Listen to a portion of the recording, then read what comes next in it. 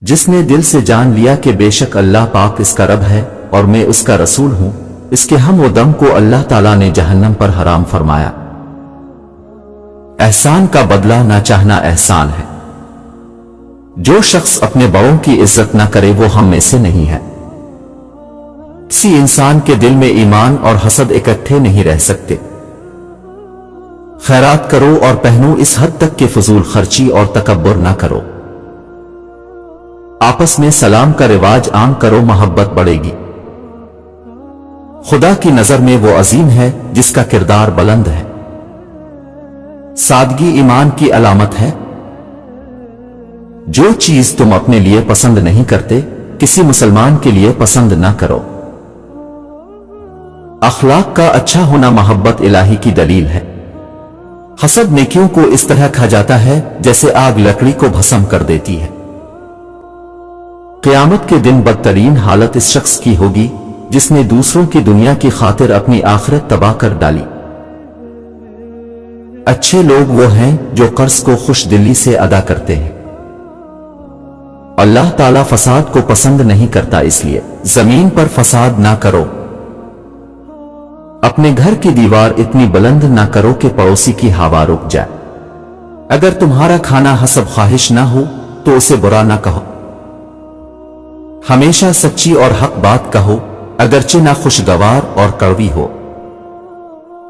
وعدہ ایک فرض ہے جس کا پورا کرنا ضروری ہے۔ دولت مند پر حسد نہ کرو، دولت کی لذتیں خالی اور عارضی ہیں۔ وہ شخص بے دین ہے جس میں دیانت داری نہیں۔ پڑوسی کی حد 40 گھر تک ہے۔ جو شخص جھوٹی قسم کھائے اپنا ٹھکانہ جہنم میں پائے۔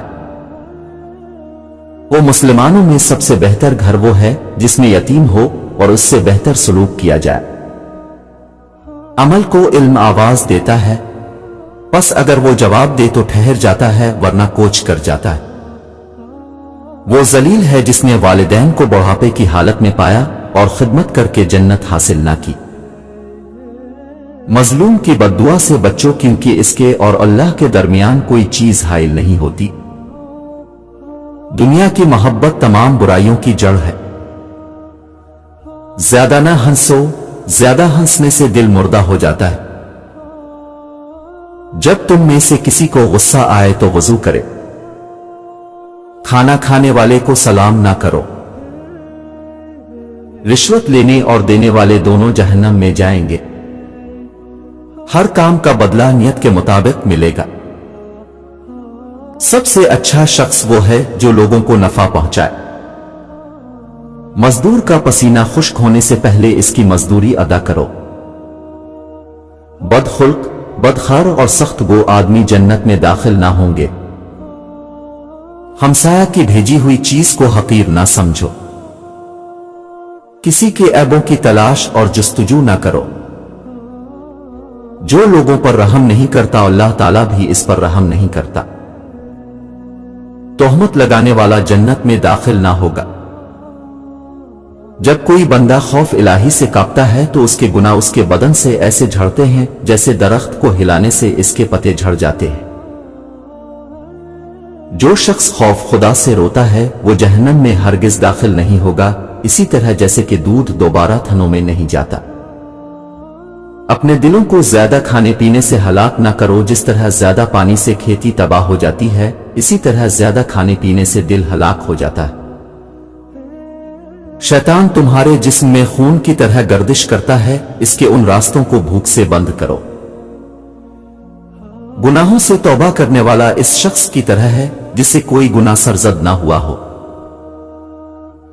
جس نے میری سنت کو زندہ کیا اس نے مجھ سے محبت کی، اور جس نے مجھ سے محبت کی وہ قیامت کے دن میرے ساتھ ہوگا۔ اس کا ایمان نہیں جس میں امانت نہیں، اور اس کا دین نہیں جس میں عہد کی پاسداری نہیں۔ جو مجھ پر درود بھیجنا بھول گیا اس نے جنت کا راستہ کھو دیا۔ اللہ تعالیٰ قرض کے سوا شہید کے ہر گناہ کو معاف کر دیتا ہے۔